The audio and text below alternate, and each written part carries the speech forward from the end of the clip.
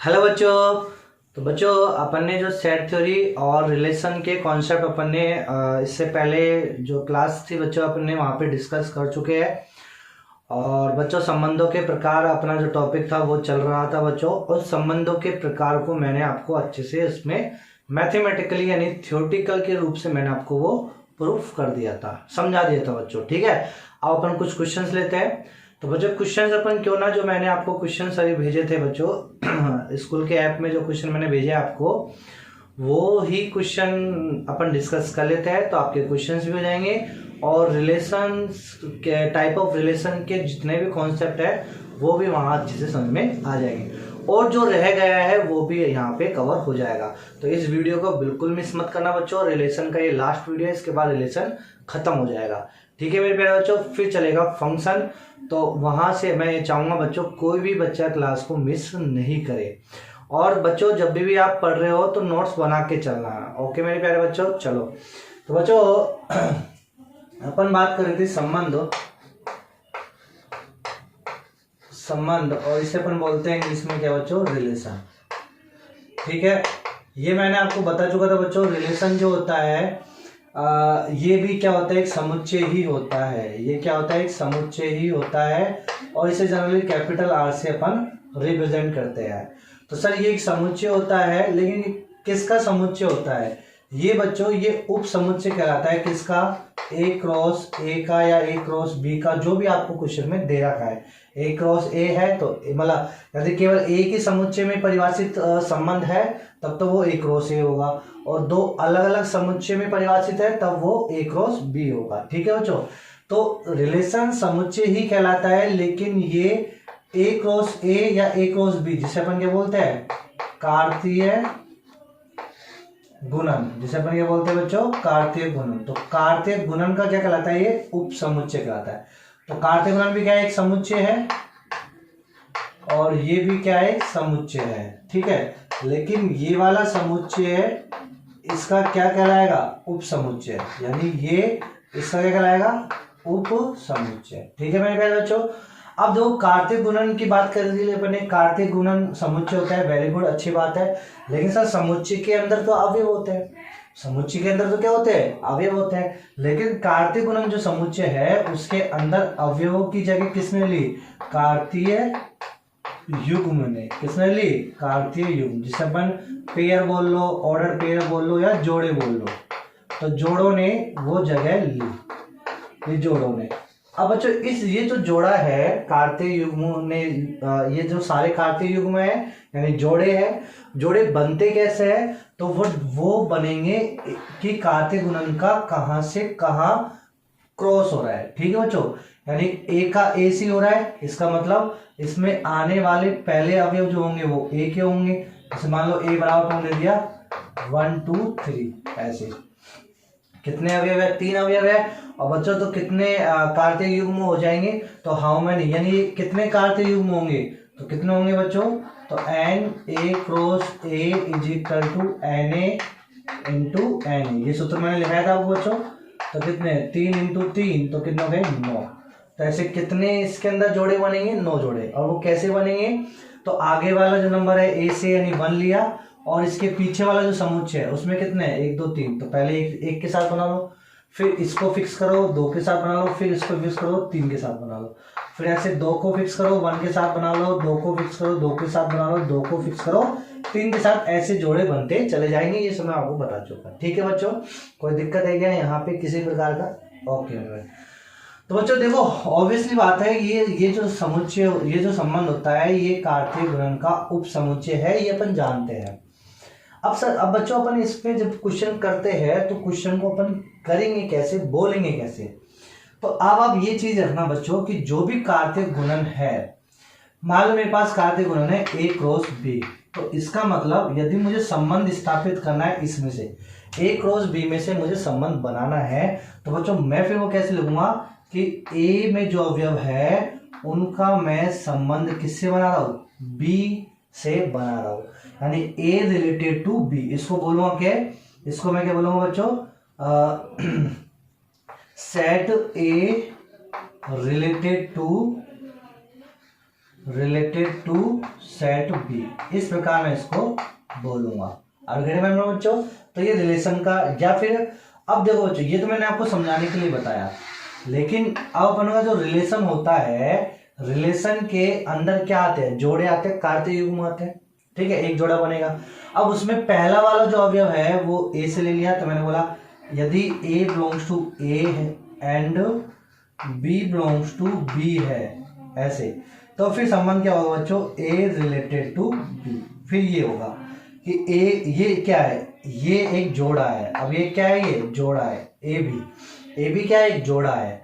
और ये कैसा जोड़ा है, यानी ए का संबंध किससे है, बी से है। अब कैसा संबंध है, कैसा संबंध है वो आपको क्वेश्चन में दिया होता है कि ऐसा संबंध अपन को ढूंढना है।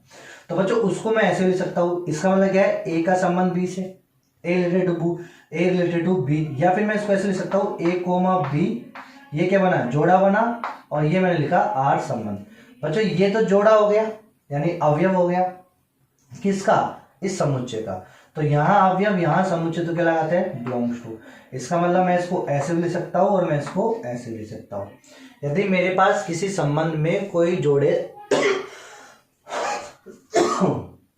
सॉरी बच्चों, मैं क्या कह रहा हूं आपसे, यदि मेरे पास किसी संबंध में जोड़े आ रहे हैं तो उन जोड़ों को मैं या तो ए कैपिटल आर और स्मॉल बी से लिख सकता हूँ, या फिर मैं ए कोमा बी जोड़ा बना के बिलोंग्स टू आर लिख सकता हूँ।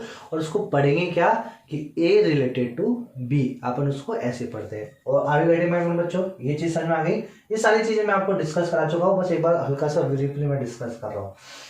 फिर बच्चों मैंने आपसे क्या बोला था, मैंने आपको बोला माना, मैंने आपको बोला कि माना मेरे पास कोई संबंध है और ये संबंध आ गया, मान लो 1 2 2 3, ये संबंध मेरे पास आ गया, ठीक है बच्चों। अब जब ये संबंध आ गया तो अब मुझे इसका क्या निकालना है, इस संबंध का मुझे प्रांत निकालना है, इस संबंध का मुझे परिसर निकालना है, और इस संबंध का मुझे सप्रांत निकालना है। तो ये तीन चीजें मैंने आपको बताई बच्चों, एक बैच में बता पाया, एक बैच में नहीं बता पाया, तो अब आप समझ लो इसको। तो बच्चों यदि मेरे पास मान लो कोई भी एक भयानक सा क्वेश्चन था, उसको हल करने के बाद आंसर मेरे पास ये आ गया, और फिर मुझे इसका प्रांत परिसर सप्रांत निकालना है। अब भयानक सा ये आंसर कैसे आएगा वो अभी अपन थोड़ा पेशेंस रखो, वो भी निकालेंगे। मान लो मेरे पास ऐसा आंसर आ गया, तो मुझे प्रांत परिसर सप्रांत निकालने हैं, तो मैं कैसे निकालूंगा। प्रांत क्या होता है बच्चों कि समुच्चय में यानी संबंध में जो जोड़े आ रहे हैं उन जोड़ों के आगे वाले जो अवयव है वो कहलाते हैं प्रांत। आगे वाले अवयव कौन से, 1, यहाँ पे 1 है, यहाँ 1 है, तो एक ही बार लिखना है हमेशा। रोस्टर विधि में समुच्चय की पुनरावृत्ति नहीं होती है, एक बार लिखा आता है। तो 1, फिर यहाँ क्या है बस, और ये यहाँ पर क्या है 2, तो ये हो गया 1 2 प्रांत हो जाएगा, इस संबंध का 1 2 प्रांत हो जाएगा। परिसर क्या होगा, इस संबंध में जो जोड़े हैं उनके पीछे वाले जो अवयव है, अब इनको तो अवयव बोल सकता हूँ ना, पीछे वाले जो अवयव है उन्हें अपन क्या बोलेंगे, परिसर। तो 1 2 3 ये हो गए परिसर। सप्रांत क्या होता है बच्चों, सप्रांत जो होता है कि ये जो संबंध बना है, ये संबंध किस कार्तीय गुणन से बना है, a क्रॉस b से या a क्रॉस a से या x क्रॉस y से, जिससे भी ये बना है उस कार्तीय गुणन के पीछे वाला जो समुच्चय होता है वो हमेशा क्या कहलाता है मेरे प्यारे बच्चों, सप्रांत कहलाता है। तो ये किससे बना है, मैंने a क्रॉस a से बनाया, तो इसका पीछे वाला क्या है a, तो a क्या है 1 2 3, तो 1 2 3 क्या जाएगा इसका सप्रांत हो जाएगा। बहुत लंबी कहानी बच्चों इसकी, मैंने आपको लिखा भी दी थी। अच्छा, प्रांत क्या होता है, किसी संबंध का मुझे प्रांत निकालना है तो उस संबंध के जोड़ों में आने वाले आगे जितने भी अवयव है वो उसके प्रांत कहलाते हैं। उस संबंध में आने वाले जोड़ों के पीछे जो अवयव है उन्हें अपन परिसर बोलते हैं, मिला के बोलेंगे। सप्रांत क्या बोलते हैं, अपना जो संबंध है वो कौन से कार्तीय गुणन से बना है, उस कार्तीय गुणन के पीछे वाला समुच्चय जो है मेरे प्यारे बच्चों वो कौन सा है वो कहलाएगा उसका सप्रांत। आगे क्या डिमांड बच्चों, इतना समझ आ गया। फिर उसके बाद बच्चों मैंने आपको, तो ये आपको लिखना चाहो तो आप लिख सकते हो भाषा के रूप में, वापिस से बैक करके जिन बच्चों ने लिखा है वो लिख सकते हो। चलो बच्चों, फिर आगे पर को बात करना है किसका, आगे मुझे बात करना है कि क्या मैं इस संबंध का प्रतिलोम निकाल सकता हूँ क्या। जो मैंने आपको क्वेश्चन भेजे थे बच्चों, उस क्वेश्चन में पहला जो क्वेश्चन होगा वो इसी से होगा, तो वो थोड़ी सी नॉलेज मैं आपको नहीं दे पाया, लेकिन अब मैं आपको दे पा रहा हूँ क्या कि मुझे इसका क्या निकालना है, प्रतिलोम संबंध निकालना है। तो ये तो संबंध है और इसका मुझे क्या करना है, उल्टा करना है। तो पहली चीज तो बच्चों क्या होता है, हर किसी को अपन उल्टा नहीं कर सकते, हर किसी को अपन उल्टा नहीं कर सकते, हर कोई संबंध उल्टा थोड़ी हो सकता है बच्चों, ये तो दैनिक सी बात है बच्चों, है ना। हर किसी संबंध को उल्टा नहीं कर सकते हैं। तो फिर सर कौन से संबंध को उल्टा कर सकते हैं, तो देखो ऐसा संबंध जो क्या हो, अकेला हो और अच्छा हो, उसी को तो अपन क्या कर सकते हैं, उल्टा कर सकते हैं। देखो मैं आपको बताऊं प्रतिलोम संबंध कैसे निकालते हैं वो देखो।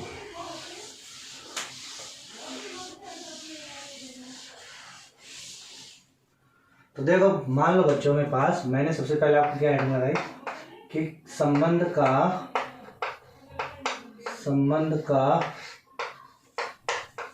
प्रतिलोम संबंध, प्रतिलोम मतलब उल्टा है ना, इनवर्स।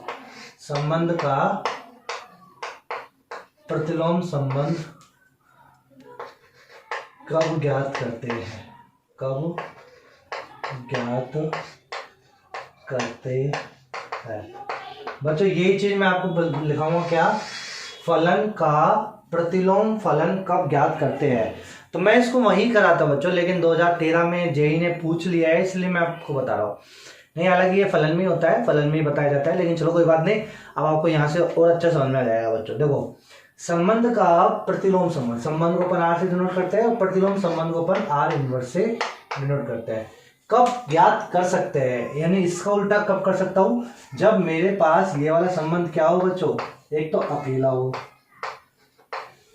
खुद अकेला हो, अकेला क्या मतलब ये समझाऊंगा, और क्या हो बच्चों, अच्छा हो, और ये खुद क्या हो, अच्छा हो। देखो बच्चों ऐसा इंसान जो अकेला और अच्छा है उसको अपन उल्टा कर सकते हैं, जनरल सी बात है बच्चों। कोई मतलब बहुत सीधा लड़का है और बहुत अकेला है, अकेला है, तो मैं उसको पकड़ के उल्टा कर सकता हूँ, वो आराम से कुछ नहीं कहेगा, ठीक है मेरे प्यारे बच्चों। लेकिन यदि वही लड़का मान लो अच्छा तो है लेकिन वो अकेला नहीं है, ग्रुप में है, तो क्या आप उसको उल्टा कर सकते हो, नहीं कर सकते। मान लो वो बच्चा अच्छा तो है, मतलब वो बच्चा अकेला तो है लेकिन वो अच्छा नहीं है, वो कुलंडी टाइप का है, तो क्या फिर आप उसको कर सकते हो, वो जाने कितनी जगह तो हाथ पैर मारेगा। आलू गड्ढे में बच्चों समझ में आ रहा है आपको।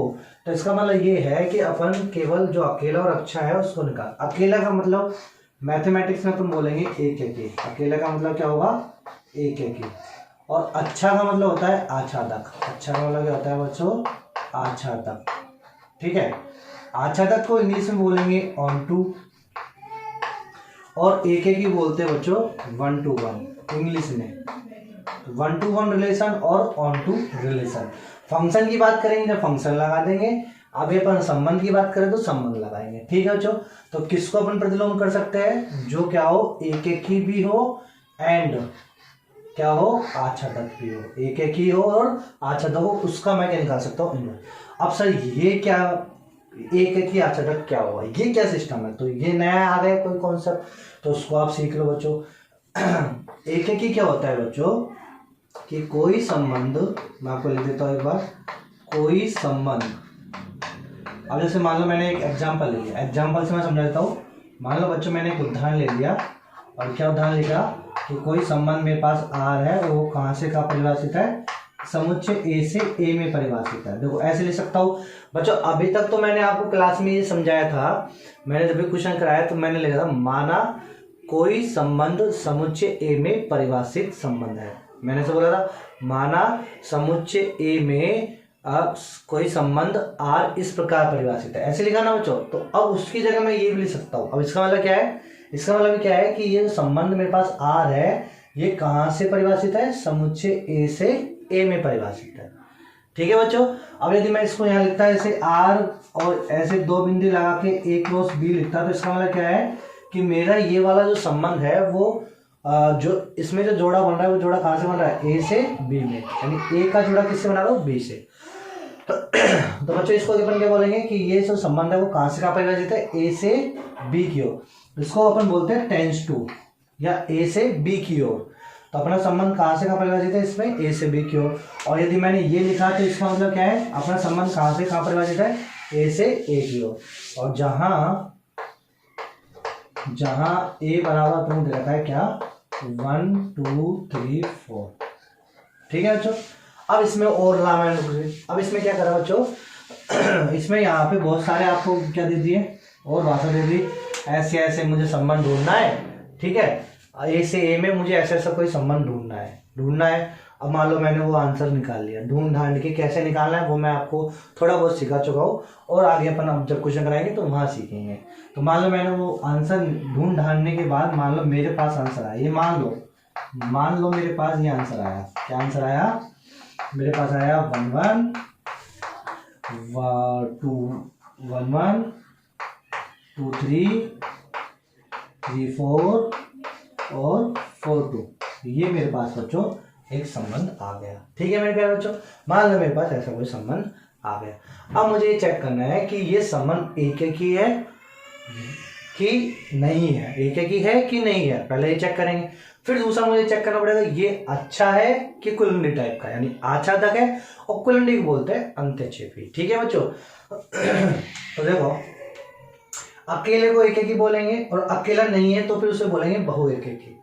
अच्छा है तो आच्छादक बोलेंगे, कुलंडी है तो अंत्यक्षेपी बोलेंगे। ये भी चीज आपको याद रखना है। ठीक है, अब मुझे चेक करना है कि ये एक ही है कि नहीं है। तो अपन क्या करेंगे, एक ही के लिए बच्चों मैं क्या करूंगा कि इस संबंध में ये चेक करूंगा ये कहां से का डिफाइंड है, ए से ए में। तो ए से ए में डिफाइंड है तो आप सबसे पहले क्या बनाओगे, आरेख विधि बनाओगे। क्या बनाओगे मेरे प्यारे बच्चों? आरेख विधि। आरेख विधि किसमें बनाओगे? एक ही के कंडीशन को चेक करने के लिए आप आरेख विधि लगाओगे। बहुत सारी टर्मिनोलॉजी होती है बच्चों, एक ही चेक करने के लिए जरूरी नहीं आरेख विधि ही यूज में ली जाती है, बहुत 2-2 3-3 विधि भी यूज में ली जाती है। लेकिन अभी मैं विद इन टाइम में केवल आपको आरेख विधि बता रहा हूँ। जब अपन फंक्शन की ओर आएंगे तब देखना आपके सारे तोते नहीं उड़ा दिए, तो मैथेजिस गुरु ही नाम नहीं बच्चों अपना, है ना। तो आरेख विधि जब मैंने ली बच्चों, तो ये मैंने यहाँ पे एक लूपिंग बना लिया ऐसे, और यहाँ पे मेरा जो संबंध है आर वो कहाँ से कहाँ परिवर्तित है, ए से ए में, ऐसे लिख दिया। ए में कौन कौन से एलिमेंट है, डाला 1 2 3 4, और इस वाले ए में भी कौन कौन से एलिमेंट है, डाला 1 2 3 4। अब मेरा जो क्वेश्चन है बच्चों, ये क्वेश्चन ये रहा। अब मुझे जो संबंध बना उस संबंध में कौन कौन से जोड़ा है, 1 1, यानी 1 का 1 से रिलेशन। उसके बाद क्या आया, 2 का 3 से रिलेशन, 2 का 3 से रिलेशन। फिर उसके बाद क्या आया, 3 का 4 से रिलेशन, 3 का 4 से रिलेशन। फिर उसके बाद क्या आया, 4 का 2 से रिलेशन, 4 का 2 से रिलेशन। और वेरी गुड, तो ये अपन ने मैपिंग कर दी। अब जब मैपिंग करोगे तो आपको ये आगे वाला देखना है, आगे वाला। तो आपको क्या करना है कि कोई संबंध एक ही कब कहलाएगा, कोई संबंध एक ही कब कहलाएगा, जब आगे वाले समुच्चय के जब आगे वाले समुच्चय में स्थित, प्रत्येक नहीं लगा रहा बच्चों, फलन के लिए प्रत्येक लिखते हैं अपन, यहाँ पे प्रत्येक शब्द यूज में नहीं लाएगा।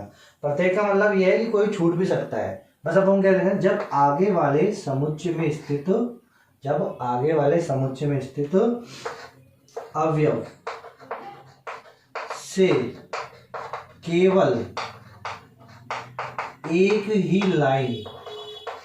केवल एक ही लाइन निकलती हो, तो उसे एक ही संबंध कहते हैं। तो फिर उसे अपन क्या बोलेंगे बच्चों, एक ही संबंध। ठीक है मेरे लाडू, तो एक ही संबंध क्या होगा बच्चों, कि जब कोई संबंध एक ही कब कहलाएगा, जब आगे वाले समुच्चय में स्थित अवयव, प्रत्येक नहीं लिखा, प्रत्येक अवयव जरूरी नहीं है बच्चों, फंक्शन में प्रत्येक अवयव जरूरी होता है ना। तो में स्थित अवयव से केवल एक ही लाइन निकलती है। हम याद देखो बच्चों, 1 से केवल एक लाइन जा रही है, 2 से केवल एक लाइन जा रही है, 3 से भी एक लाइन जा रही है, चौथे से भी एक लाइन जा रही है। तो फिर ये क्या कहलाएगा, एक ही कहलाएगा। इसका मतलब अपना जो ये रिलेशन है ये सौभाग्य से क्या कहलाएगा, एक ही संबंध कहलाएगा। ठीक है बच्चों, समझ में आ गया। तो ये एक ही संबंध कहलाएगा। तो ये एक की क्या डेफिनेशन निकलेगा। अब मान लो बच्चों यदि अवयव से एक से अधिक लाइन जा रही हो, समुच्चय में स्थित एक अवयव से एक से अधिक लाइन निकलती हो, तो वो क्या हो जाएगा, फिर बहुएकी हो जाएगा। फिर वो क्या हो जाएगा, बहुएकी कहलाएगा। यानी वन टू मैनी फंक्शन, एक से अधिक लाइन जा रही है, वन टू मैनी। ठीक है बच्चों, तो एक एक समझ आ गया। अब बात करेंगे आच्छादक की। आच्छादक कब कहलाएगा? जब संबंध आच्छादक कहलाएगा, संबंध आच्छादक कहलाएगा यदि कब संबंध आच्छादक कहलाएगा? यदि संबंध का परिसर बराबर हो किसके? सहप्रांत के। किसके बराबर हो? सहप्रांत के। तो फिर वो क्या कहलाएगा? आच्छादक कहलाएगा। अब ये कैसे चेक करेंगे? देखो बच्चों, मैंने आपको अभी भी सिखाया कि संबंध का प्रांत निकालना, परिसर निकालना और सहप्रांत निकालना, ये मैंने आपको सिखाया बच्चों। बोलो जल्दी फटाफट बोलो।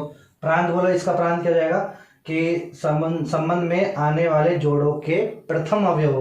तो प्रथम अवयव कौन से? 1 2 3 4। इसमें प्रांत क्या जाएगा? 1 2 3 4। Very good. परिसर क्या होता है बच्चों? संबंध में आने वाले जो जोड़े हैं उनके पीछे वाले अवयव। तो पीछे वाले अवयव क्या है यहाँ पे? 1 3 4 2। और सहप्रांत क्या होता है कि ये जो संबंध है वो कौन से कार्तीय गुणन से बना है? तो कौन सा कार्तीय गुणन कौन सा? एक रो से। और इसका पीछे वाला जो समुच्चय है वो क्या है? 1। और 1 क्या है? 1 2 3 4। तो यहाँ सहप्रांत क्या आएगा? 1 2 3 4। अब चेक करो, सहप्रांत और परिसर क्या बराबर आए? बिल्कुल, सहप्रांत परिसर क्या आ गए? बराबर। तो फिर ये कैसा फलन कहलाएगा? आच्छादक फलन। कैसा फलन कहलाएगा ये? सॉरी, कैसा संबंध कहलाएगा ये? आच्छादक संबंध कहलाएगा। तो मेरी बात समझ में आ गई बच्चों आपको? तो मैंने अभी क्या कॉन्सेप्ट सीखा कि संबंध का प्रतिलोम कब ज्ञात कर सकते हैं? जब दिया गया संबंध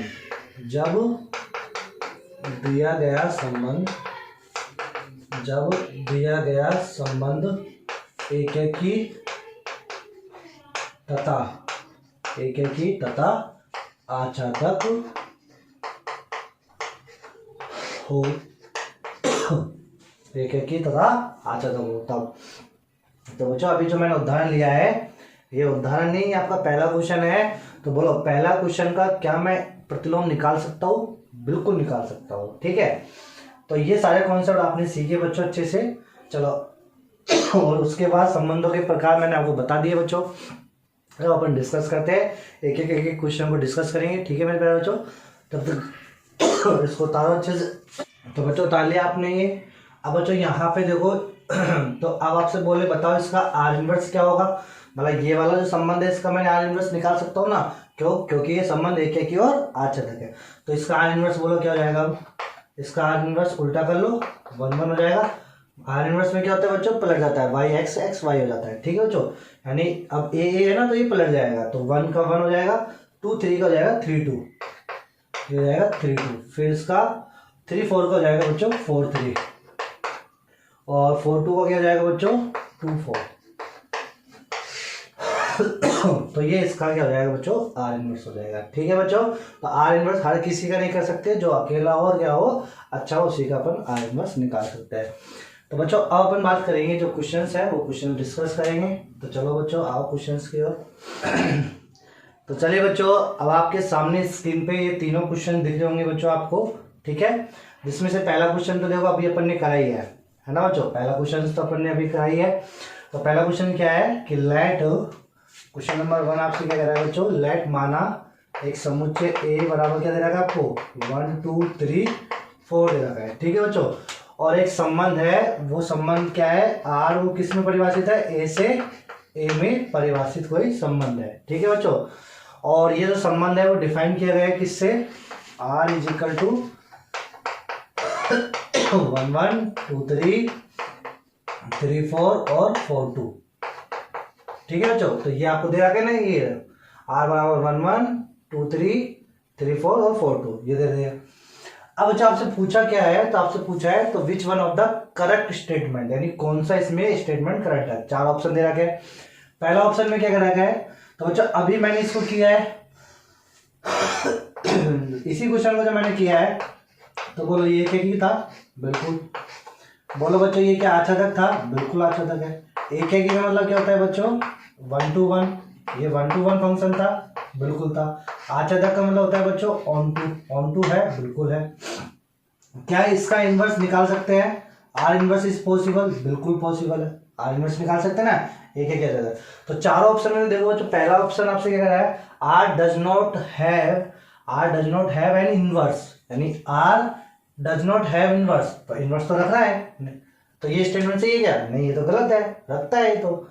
फिर दूसरा ऑप्शन क्या कह रहा है, R is not a one to one function.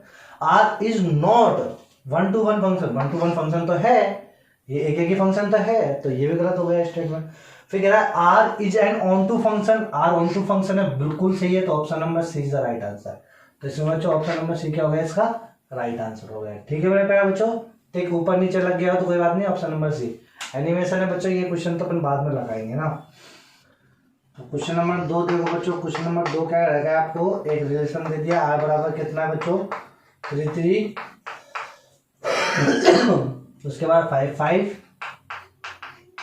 फिर बच्चों आपको दे रखा है 9 फिर आपको दे रखा है बच्चों 12 आपको दे रखा है बच्चों 5 आपको दे रखा है बच्चों 3 ठीक है, और साइड में लिख लेते हैं। फिर आपको दे रखा है बच्चों 3 ये सब जोड़े हैं ना बच्चों, और आपको दे रखा है 3 ये 3 को बी ए रिलेशन। अब ये रिलेशन किस में है बच्चों, ये रिलेशन है ए टू ए में, यानी एक सेट ए में। ठीक है बच्चों, तो ए और समुच्चय ए के एलिमेंट के दे रखा है आपको, समुच्चय ए के एलिमेंट दे रखा है 3 5 9 12। अब आपसे पूछा क्या है कि ये जो संबंध है आर, ये संबंध किस प्रकार का संबंध है। तो संबंध कौन कौन से पढ़े बच्चों अपन ने, सतुल्य संबंध, कई प्रकार के पढ़े, लेकिन उसमें मुख्यतः सतुल्य संबंध। उसके बाद बच्चों अपन ने पढ़ा है क्या, सममित संबंध, और उसके बाद अपन ने पढ़ा है बच्चों संक्रामक संबंध।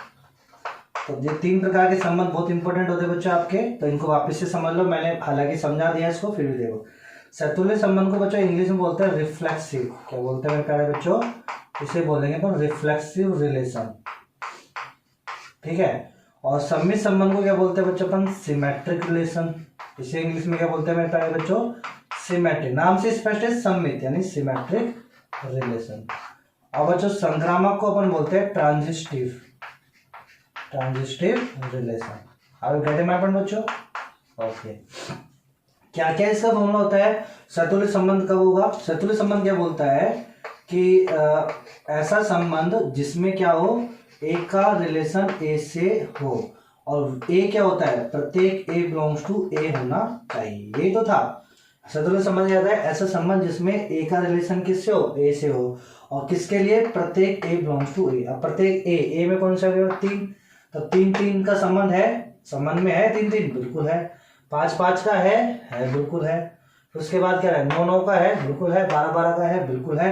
तो ये कैसा संबंध है, ये दिया गया संबंध सतुल्य संबंध, वेरी गुड।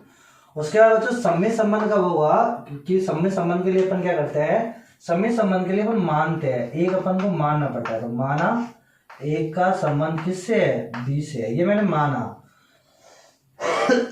मैंने ये मान लिया, क्या मान लिया, माना एक का संबंध बी से है। बच्चों देखो इस वाले क्वेश्चन में तो इतनी ज्यादा टफ कैलकुलेशन नहीं होगी इसमें, लेकिन मैं आपको समझा देता हूँ। सममित संबंध को जब भी आपको चेक करना है तो आप एक मानोगे, मान लिया पहला कि ए का संबंध बी से है।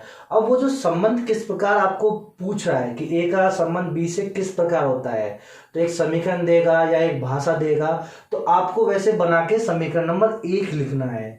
इसमें तो कुछ नहीं करना, क्योंकि इसमें तो संबंध पहले से आंसर रूप में दे दिया।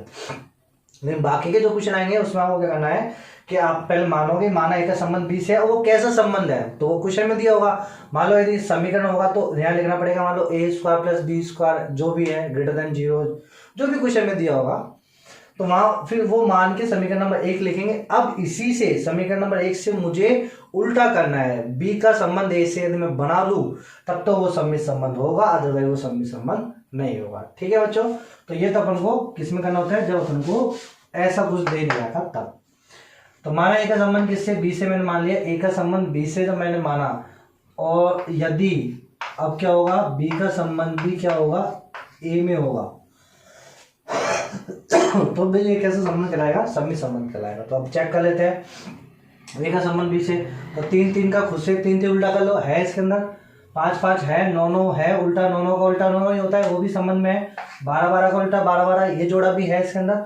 5 12 5 12 का उल्टा करो, क्या होगा बच्चों 12 5। क्या 12 5 इसके अंदर है, 12 5 12 5 12 5 इसके अंदर है, नहीं है। तो बच्चों देखो 3 5 का संबंध मैंने क्या लिखा, 5 रिलेटेड टू 12 तो है, लेकिन 12 रिलेटेड टू 5 नहीं है। समझ आया बच्चों, 5 12 तो है लेकिन 12 5 संबंध में नहीं है। तो फिर ये कैसे संबंध कहलाएगा, ये सम्मित संबंध नहीं कहलाएगा। हो गई बात समझ में बच्चों। ट्रांजिस्टिव संबंध यानी संक्रामक संबंध के लिए क्या होता है, संक्रामक संबंध के लिए अपन को 2 चीजें माननी पड़ती है। माना पहली चीज ए का संबंध बी से मान लिया, एंड बी का संबंध जो इसके पीछे वाला है वो आगे वाला होना चाहिए, एंड बी का संबंध सी से हो। ए का संबंध बी से हो, बी का संबंध सी से हो, तब ए का संबंध किससे हो, सी से हो, तब तो ये कहलाएगा ट्रांजिस्टिव संक्रामक, अदरवाइज नहीं कहलाएगा। तो इसमें मतलब दोनों कंडीशन होनी चाहिए। तो बच्चों वही सेम कॉन्सेप्ट, यदि भाषा के रूप में आ रहा हो तो समीकरण नंबर 1 यहाँ से बनाना, समीकरण नंबर 2 ये बनाना। दोनों समीकरण की सहायता से यदि मैं ए का संबंध सी से ले आया तब तो ये संक्रामक संबंध होगा, नहीं ला पाया तब वो संक्रामक संबंध नहीं होगा। ठीक है बच्चों, तो ये तो अपने माना। अब इस वाले कुछ हम सीधा कर लेंगे, कैसे, जैसे 3 3 लिया। अब 3 जो है वो और किधर आ रहा है, आगे, ये वाला आगे 3 का है, ये आ रहा है, तो इन दोनों को हटा दिया तो 3 12 का होना चाहिए इसमें।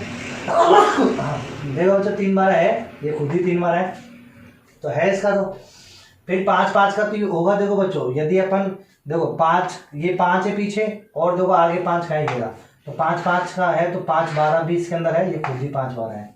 ऐसे बच्चों 9 9 का, तो 9 का आगे वाला कहीं 9 है, नहीं है तो इसको तो लेना ही नहीं है। फिर 12 12 का, तो 12 वाला कहीं है, नहीं है, आगे 12 आगे कहीं है क्या इसमें, तो नहीं लेना। 5 वाला ले लिया। 3 9 9 देखो कहीं 9 आ गया, तो वो तो ये कर लिया इसका, तो ना बच्चों देखो 3 9 9 9, तो 9 से 9 कट गया तो क्या बचेगा 3 9। 3 9 है क्या, नहीं। अब देखो इस वाले कॉन्सेप्ट में देखो मैंने क्या लिया 3 9, मैंने लिखा 3 9, तो 3 9 संबंध में है, बिल्कुल है।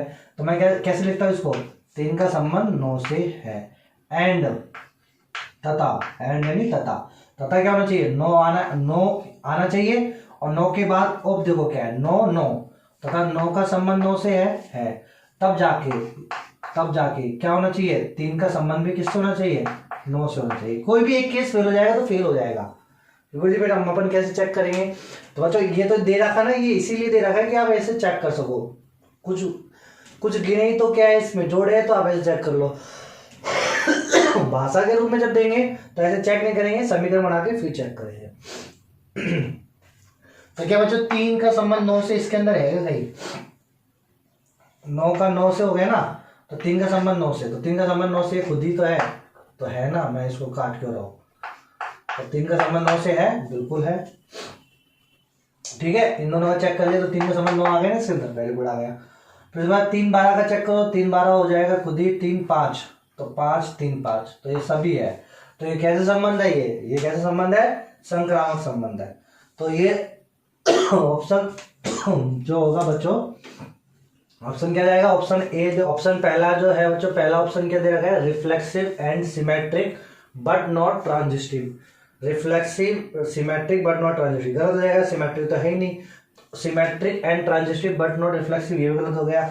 फिर तीसरा ऑप्शन क्या दे रखा है, reflexive and transitive but not symmetric. तो रिफ्लेक्सिव भी है, ट्रांजिस्टिव भी है, बट नॉट सिमेट्रिक, सम्मित नहीं है। तो option number C is the right answer. दोनों में क्या है बच्चों, ऑप्शन नंबर सी आ गया। क्वेश्चन नंबर 3 देखो बच्चों, क्वेश्चन नंबर 3 क्या दे रखा है, बहुत अच्छा क्वेश्चन है, 2013 में आया हुआ क्वेश्चन है बच्चों।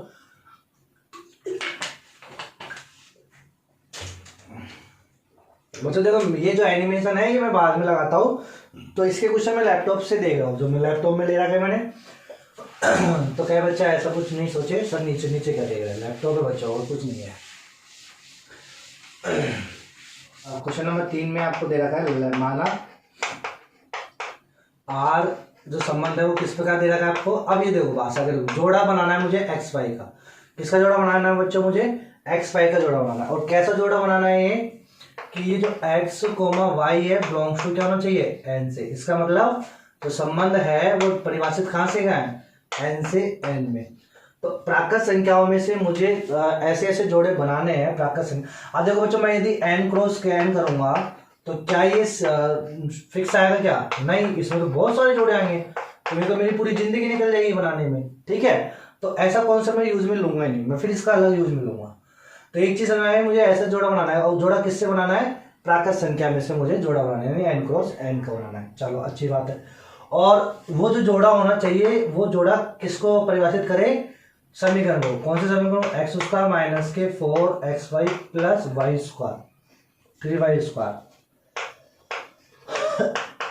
बराबर 0। ठीक है बच्चों, तो ये मुझे पास संबंध है, अब चेक करना है ये कैसा संबंध होगा। तो बच्चों मुझे सबसे पहले मुझे क्या करना है? मुझे पहले सर्तुल्य संबंध चेक करना है। क्या चेक करना है? सर्तुल्य संबंध। सर्तुल्य संबंध क्या होता है बच्चों? कि खुद का खुद से है कि नहीं है। तो मैंने क्या ले लिया? मैंने बच्चों एक नंबर ले लिया, ए का संबंध किससे चेक करो? ए से चेक करो। ए का संबंध ए से कब होगा? जब, कब होगा बच्चों? ए का संबंध ए से कब होगा? जब ये वाला समीकरण क्या हो? सेटिस्फाई कर रहा हो, यानी x की जगह a रखो, y की जगह a रखो, चेक करो 0 आ रहा है कि नहीं आ रहा। तो बच्चों x की जगह मैंने a स्क्वायर रख दिया, माइनस के 4, x की जगह a रखा, y की जगह a रखा, प्लस के 3, y की जगह a स्क्वायर। ठीक है बच्चों, अब मैं स्क्वायर कर रहा हूँ तो कितना जाएगा? a स्क्वायर माइनस के 4a स्क्वायर प्लस के 3a स्क्वायर, 3a स्क्वायर और 1 स्क्वायर 4 स्क्वायर, 4 स्क्वायर से कट गया तो कितना आ गया? 0। और वाह, संतुष्ट हो गया। मतलब मुझे क्या करना है बच्चों? मुझे ऐसा संबंध देखना है, खुद का खुद से संबंध देखना है। अब ये ए नंबर जो होगा वो प्रत्येक ए बिलोंग्स टू क्या होना चाहिए बच्चों? एन होना चाहिए, प्राकृत संख्या। एक का एक से, दो का दो से। तो मैंने सेम नंबर जब मैंने इसमें रखे इस समीकरण में, तो देखा 0 आ गया, तो संबंध स्थापित हो गया। अपन को संबंध बनाना कैसा है? मुझे ऐसे जोड़े लेने हैं कि वो जोड़े इस समीकरण को क्या करे? सेटिस्फाई करे, बस खत्म कहानी। तो सर्तुल्य संबंध हो गया, बिल्कुल सही है, सर्तुल्य संबंध है, रिफ्लेक्सिव रिलेशन है ये। कैसा रिलेशन है ये बच्चों? रिफ्लेक्सिव रिलेशन है। ठीक है बच्चों, अब मुझे चेक करना है क्या? सममित संबंध। अब देखो सममित संबंध है कि नहीं है? सममित संबंध, सममित संबंध को क्या बोलते हैं बच्चों अपन इंग्लिश में? इसे अपन बोलते हैं सिमेट्रिक रिलेशन। क्या बोलेंगे? Symmetric relation. और अभी मैंने आपको बोला था कि सिमेट्रिक रिलेशन कैसे निकालते हैं बच्चों? अपन एक पहले मान लेते हैं, माना ए का संबंध किससे है? बी से है, ऐसे मैंने मान लिया। जब मैंने ए का संबंध बी से माना और ये दोनों जोड़े को किस में रखा? मैंने इस समीकरण में रखा, तो क्या जाएगा बच्चों? ए स्क्वायर माइनस के 4ab प्लस 3b स्क्वायर। और बराबर क्या मानना पड़ेगा मुझे? 0 मानना पड़ेगा। क्यों मानना पड़ेगा? क्योंकि मैंने माना है ना, माना ए का संबंध किससे है? बी से है, तो इसका मतलब क्या हुआ? तो इसका मतलब ये हुआ कि ए स्क्वायर माइनस 4ab, जब लिख लो या इसका मतलब ये हुआ ना, A square minus 4ab plus 3b square बराबर क्या है? 0 है। अब बच्चों मुझे क्या करना पड़ेगा? इसको मैंने समीकरण नंबर 1 माना, यानी इस समीकरण नंबर 1 की सहायता से मुझे बी का संबंध ए से लाना है। बच्चों यदि बी का संबंध ए से कब होगा? देखो, यदि ए का संबंध बी से हो गया और बी का संबंध ए से हो गया, तो इसका मतलब क्या हो जाएगा? वो सममित संबंध हो जाएगा। बी का संबंध ए से कब होगा? जब क्या होगा? बी स्क्वायर माइनस के 4, अब पहले आगे वाला बी है तो बी लिखेंगे, माइनस के 4ba प्लस 3a स्क्वायर बराबर क्या हो जाए? 0 हो जाए। ये तभी तो जाके मैं क्या बोलूंगा? इसको सममित संबंध बोलूंगा। तो अभी कब किसके? अब ये मैं लाया कहाँ से? तो बच्चों मुझे जो मैंने माना है ना, इसी को उल्टा करना है, इसी को मुझे बी और ए बनाना है। यदि बन जाएगा तो ठीक है, नहीं तो राम बजो। कैसे बच्चों? देखो ये बात समझ में आ गई ना? यदि मैंने इस समीकरण नंबर 1 की सहायता से ये वाला रिलेशन बना दिया, तब तो ये क्या कहलाएगा? सममित संबंध कहलाएगा। जब ये सममित संबंध नहीं कहलाएगा। ठीक है बच्चों, तो अब आप देखो, अब आप ऐसे भी क्लियर देख पा रहे हो खुद अपने विवेक से कि यहाँ पे ए स्क्वायर है, यहाँ पे क्या है? बी स्क्वायर है। फिर यहाँ पे बी स्क्वायर के साथ 3 का गुणा है, यहाँ ए स्क्वायर के साथ 3 का गुणा है, तो मैं बिल्कुल भी नहीं ला सकता इस वाले इक्वेशन से ये वाले इक्वेशन में बना ही नहीं सकता। ठीक है बच्चों, तो सममित संबंध तो होगा नहीं। चलो फिर मैं मैथमेटिकली प्रूफ कर लेता हूँ। तो मैंने क्या मान लिया बच्चों? कि मैंने माना ये समीकरण सही है, मतलब समीकरण तो ये तो सही होगा, तो इसका अपन क्या कर ले? फैक्टर कर लो, एक बार फैक्टर निकाले तो क्या आता है? तो ये समीकरण का मान 0 कब आ रहा है? जब देखो इसके फैक्टर करो, ए स्क्वायर माइनस मैंने लिखा इसको 3ab माइनस के AB प्लस के 3B स्क्वायर बराबर 0। देखो बच्चों हो गया फैक्टर। अब A कॉमन ले लो तो कितना बचेगा, यहाँ A माइनस 3B माइनस, यहाँ क्या कॉमन ले लो बच्चों, B कॉमन ले लो माइनस के B, तो क्या जाएगा A माइनस के 3B बराबर 0। A माइनस 3B कॉमन आ गया बच्चों, A माइनस 3B कॉमन आ गया तो A माइनस 3B और क्या बचेगा A माइनस B बराबर क्या हो गया 0। दो फलन गुणा में 0 आ रहे हो तब संभव है ये जब A माइनस B बराबर 0 या A माइनस के 3B बराबर 0। तो यहां से बच्चों A बराबर क्या आ गया B, और या यहां से A बराबर कितना आ गया बच्चों 3B। इसका मतलब क्या हुआ बच्चों कि यदि माना A का संबंध B से है, माना A का संबंध किससे है B से है, तो A का संबंध B से कब होगा, जब A B के बराबर हो तब होगा, और जब A का मान 3B के बराबर हो तब भी क्या होगा, ये संबंध स्थापित होगा। आप समझ आए बच्चों, यानी इस भाषा को मैं क्या बोलूंगा, इस भाषा को बोलूंगा जो मैंने माना है ना, ये माना कब क्या हो गया मानम कि A का संबंध B से कब होगा, जब A बराबर B होगा या A बराबर 3B होगा। ठीक है बच्चों, ठीक है समझ में आ गया। A का संबंध B से कब होगा, इस रिलेशन से मैंने बना लिया जब A का मान B के बराबर हो और जब A का मान 3B के बराबर हो।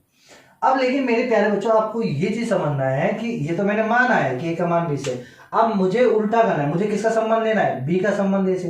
तो B का संबंध A से कब लूंगा, जब B बराबर A होना चाहिए या B बराबर क्या होना चाहिए 3A होना चाहिए, यही ना, जब भी तो ये संबंध होगा। यानी A का संबंध B से कब हो रहा है, जब A बराबर B हो या A बराबर 3B हो तभी तो हो रहा है। तो इसका मतलब B का संबंध A से कब होगा, जब B बराबर A हो या B बराबर 3A हो।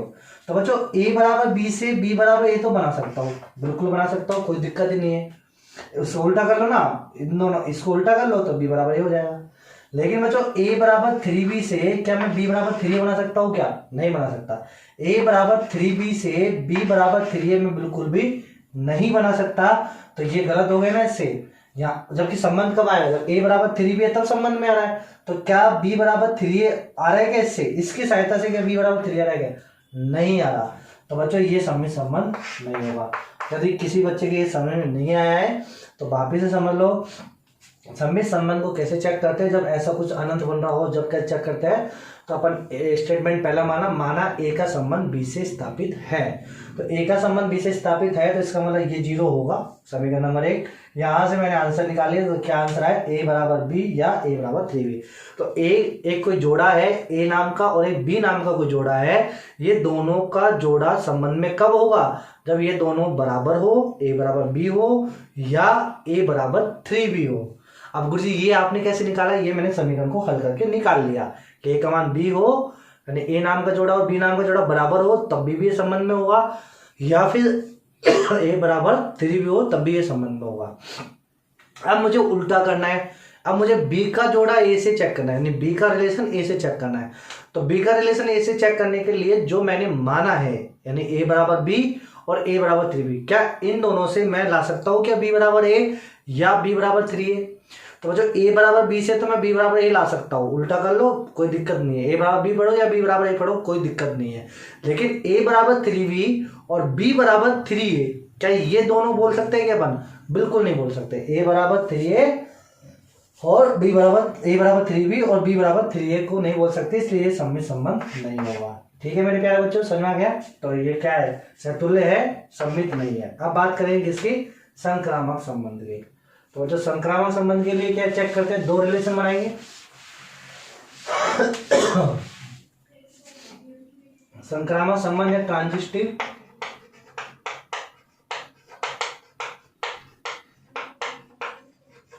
तो बच्चों संक्रामक संबंध कब होगा, जब A का रिलेशन B से तथा B आगे वाला B का रिलेशन कोई तीसरे C से, तब A का रिलेशन किससे होना चाहिए, C से होना चाहिए। अभी देखो बच्चों ये वाला क्वेश्चन सेम था, तो A वाला जोड़ा B वाले जोड़े से संबंधित कब होगा, जब A बराबर B हो या A बराबर 3B। देखो मैं बटवर सिंह नहीं कर रहा, ये इक्वेशन कैसे निकाली मैंने, समझ में आ गया।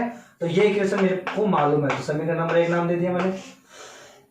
फिर बी का संबंध सी से है, तो बी का संबंध सी से कब होगा, जब बी बराबर सी होगा या बी बराबर 3c होगा। समझ बच्चों, बी बराबर क्या हो, आगे वाला बी और पीछे वाला 3c हो। तो बच्चों अब इन दोनों समीकरण नंबर 1 समीकरण नंबर 2, तो समीकरण नंबर 1 और 2 की सहायता से यदि मैं क्या ले आया, ए का संबंध सी से कब होगा, ए का संबंध सी से कब होगा, जब ए बराबर सी हो या ए बराबर 3c हो। ठीक है बच्चों, यदि मैं इन दोनों समीकरण की सहायता से इसको बना दिया, इन दोनों की सहायता से मैंने इसको बना दिया, तब तो ये क्या कहलाएगा, संक्रामक संबंध कहलाएगा, अदरवाइज ये नहीं कहलाएगा। अब क्या बच्चों, गुरुजी इसको सीधा कैसे लिख दिया, अरे ऐसे लिख दिया ना मैंने, इसको ऐसे बोलने की जगह मैं इसको ऐसे भी तो बोल सकता हूँ। ठीक है मेरे प्यारे बच्चों, चलो तो बच्चों यदि मैंने इसको ए बराबर बी माना, इसको बी बराबर सी माना, तो ए बराबर सी होगा, बिल्कुल सही, ये मैं बना सकता हूँ इन दोनों की सहायता से। फिर बच्चों मैं यदि मैंने बनाया ए बराबर बी यहाँ से लिया और बी बराबर 3c यहाँ से लिया, तो इन दोनों को बनाया इन दोनों से, तो क्या हो जाएगा, ए बराबर बी की जगह लिख दिया 3c आ गया, और वाह वेरी गुड, मुझे बनाती है, बिल्कुल सही है। सबसे बराबर बनाना पड़ेगा, नहीं अदरवाइज नहीं होगा। तो इन दोनों से बनाने पे बन गया, इन दोनों से बनाने पे बन गया, इन दोनों से बनाने पे बन रहा है क्या, तो बी की जगह सी रख दिया, तो ए बराबर बना गया 3, और वाह वेरी गुड, मुझे इससे भी बन गया, इन दोनों से बन गया था, इन दोनों से बन गया, इन दोनों से बन गया ए बराबर 3c।